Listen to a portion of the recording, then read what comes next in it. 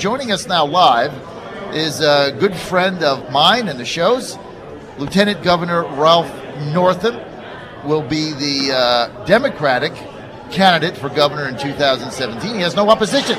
It's good to see you, John. Be with you, Ben, this morning. Appreciate you all being here in the city of brotherly love. It is a lot of brotherly love. Now, what do you think of Hillary's selection of your friend Tim Kaine? And I think the most important thing about him is that he's there for the right reason. So, I think it was a great choice by Hillary Clinton, and I think it's going to be great for the Commonwealth of Virginia. So we're very excited. Now, looking forward to this campaign in Virginia, I know you're working hard for now the Clinton-Kaine ticket. How do you see it shaping up? We are a party that tries to bring people together. That's the philosophy of her message. And we've been traveling, per Commonwealth of Virginia. We've done well with job growth, economic development in Virginia. People care about their jobs, their families. They just want to take care of folks. And so I think there's a good tone in Virginia right now. One of the things that we like to say, John, our unemployment rate now in Virginia is at 3.7%. It's the lowest it's been in 10 years. It's the lowest in the southeast of the United States. But, there are areas like the Eastern Shore, where I'm from, the South Side and the Southwest, that haven't recovered from the recession. So we're working very hard to bring jobs back to those areas. I'm not sure Trump will be welcome back in Roanoke anyway. Did you see the story this morning that he stiffened the Hotel Roanoke for his event yesterday because he said the air conditioning wasn't working? So there's a big dispute now over whether or not he's going to even pay his bills from Roanoke. I don't think he's going to be welcome back anytime soon. I had heard that. I guess they had the event there and the air conditioning didn't work. Did you pay the bills for your event? I'm sorry, Ben? You paid the bills for your event, right? You don't always. Did the air conditioner work? Pardon me? Did the air conditioner work? Yeah, it seemed to where we were. But, it was good being back in Roanoke. I went to school at VMI in Lexington. And, when we bring out the VMI family in November of this year, actually of 2017, watch out. That's going to be a big family. And you know that I do the VMI weekly pregame football show with the head coach and VMI football. The Keydets carried on our networks in Virginia. That was my doing. Well, I'm glad to hear that. And we got him, and now we got him this season. We got him in Hampton Roads. We have great, colleges and universities in Virginia, but I was fortunate to be able to attend VMI. It did a lot of good for me. Well, with Coach Locke there, I think they're going to have a much better season than they did. So we're looking forward to that. Let's get to Ben. Ben, how does Lieutenant Governor Northam, when he becomes the gubernatorial candidate, how does he win this race? Well, I think it's interesting because, and what I was going to ask you, Ralph, is I don't know how Tim Kaine's selection as vice president, whether that helps or hurts for 2017. Obviously, it helps in 2016, but it's never helpful to have a Democrat as the president when you're running in 2017. But then again, Tim Kaine sitting vice president can come and campaign for you. How do you think that will impact your race in 2017? It's a great question, Ben, and we've thought through that question, and I think overall it will really help us. To have the vice president being from the Commonwealth of Virginia to travel around and campaign with me will be helpful. And also as people probably know, the governor will appoint someone to replace him should Hillary and Kim be successful. And in an off year, I think it'll bring the voters out. So we're looking forward to 2017, and I think it'll be an asset to us. So if Clinton wins, then the U.S. Senate race would also be in November of 17, right? That's right. So it would be on the ballot with you. Right. There's already a number of Republican candidates, much to my chagrin. I got to be honest. To me, if you're a Republican and they pick Kaine, your job is supposed to be to elect Trump and keep Tim Kaine in the Senate. Instead, I got Republicans out there already saying, well, I'm going to run for Senate like Dave Bratt and a couple others. I don't know. That just didn't sit well with me. Well, John, you always have to be prepared, in this world. But it's interesting. Not only will they run in 2017 on our ticket for governor, but also in 2018 they'll have to turn around and run again. So that would only be if they get elected in 17, it's just a one-year term. That's exactly right. So what would happen? So if the Clinton-Kaine ticket gets elected, I don't think they are, by the way, but if they do, then the governor would do what? He would appoint someone to replace Tim. They would then be on the ticket in 2017 and then run again in 2018, which would be the usual cycle. So he could appoint Mark Herring for U.S. Senator, right? Who is Who's with just us walking now. by. Are you going to come on with us? You can. Hello, everybody. How's my favorite Lieutenant Governor? Good to see. Does Mark Herring just stop by? Good to see you this morning, Mark. Looking great, by the way. Yes, looking good. I've got hair envy, right? I call him the silver fox. It's not fair that he has all that hair and I have none. That's just wrong, Rob. Join the club, John. That's why I like having you on, right? Because we're kind of the same. Here comes Charlie now. But so Terry McAuliffe, he would just select somebody? What are you looking for be your running mate? What do you think? Who do you think?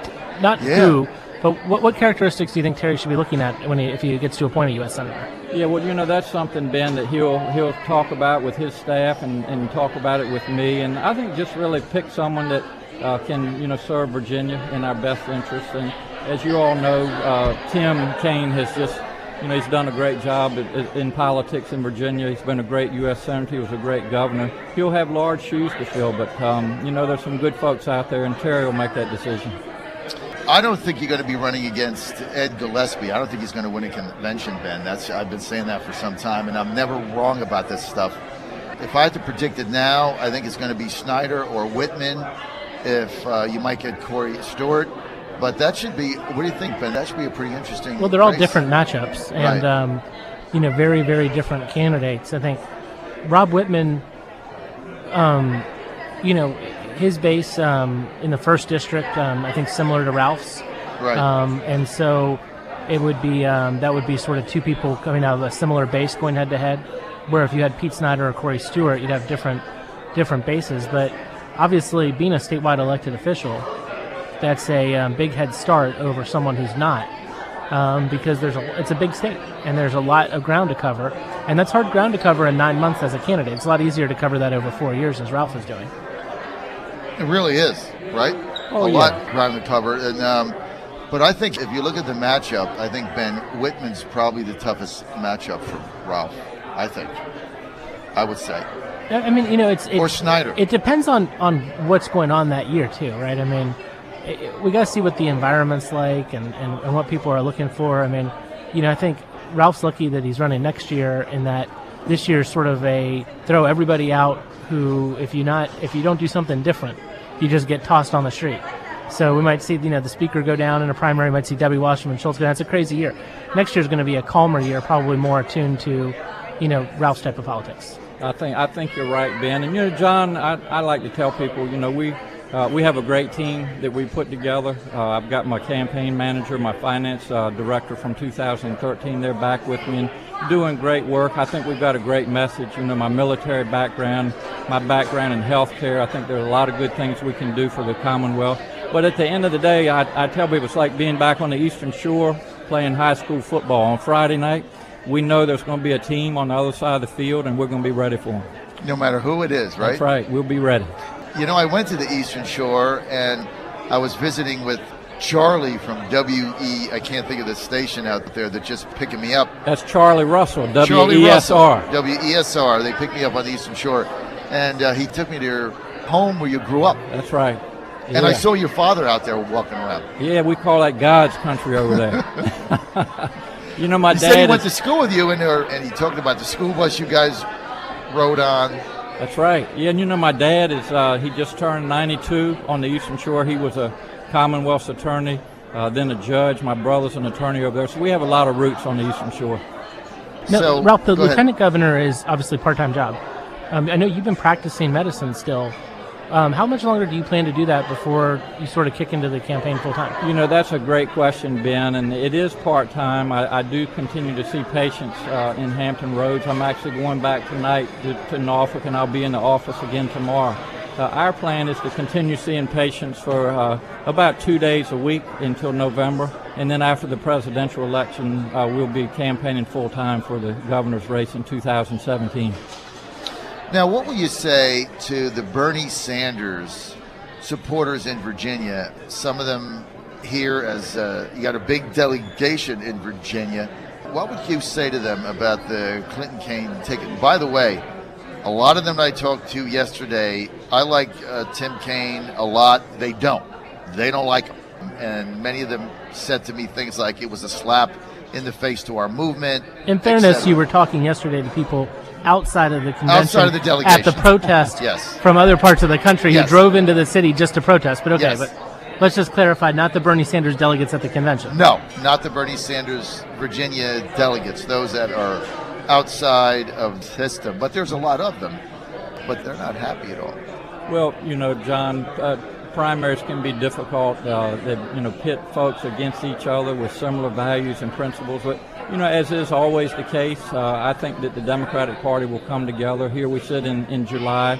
We've got a few months, and I think we're going to have a great convention. It's going to be exciting to see Hillary give the address on Thursday night, and we'll come together. And I hate to disagree with you on the radio this morning, but we're going to be victorious in 2016. You think you're going to win? Absolutely. I think you're the favorite to win Virginia. I just, one of us is going to be right, though. November 8th, right? That's right. About midnight, one of us is going to be right. Well, John, we'll have a gentleman's bet. I don't have any money, so it'll have to be a gentleman's bet. We'll have a gentleman's bet, but, I was the one that predicted you were going to win the lieutenant governor's race. Ben Tribbett predicted Anish Chopra. I got that one right. I haven't been wrong. In fairness, he had a little bit of a late surge. I haven't. It doesn't matter. I predicted him. But you got to remember, I haven't. I got 2 races wrong in a long time. And so my track record, pretty formidable, right? Here's the 2 I got wrong. I picked Justin Fairfax to upset Herring, right? Right. He almost did. And I never saw, and I picked Hal Parrish. I thought he was going to beat Mick Pike. Those are the only 2 I've gotten wrong. And I never saw, what's her name, Amanda Chase. I never saw that one. So 3, but I picked like 25 straight right out of those 3. Well, John, you and Ben both have great track records, so I respect your opinion. Well, I'm Ben glad. doesn't. I do. But Ben's got a horrible track record. I have a great track record. I know. Hope we can have you on our team in 2017. We'd love to have you in 17. But look, when Mr. Trump becomes president, I'll put a good word in for you. I appreciate it, John. As always, it is good being on your show, and I appreciate you all being here in Philadelphia. Thank you, Lieutenant Governor. Thank you so much. And my best to your family and to your lovely wife, Pam. Thank you so much, John. Thanks for being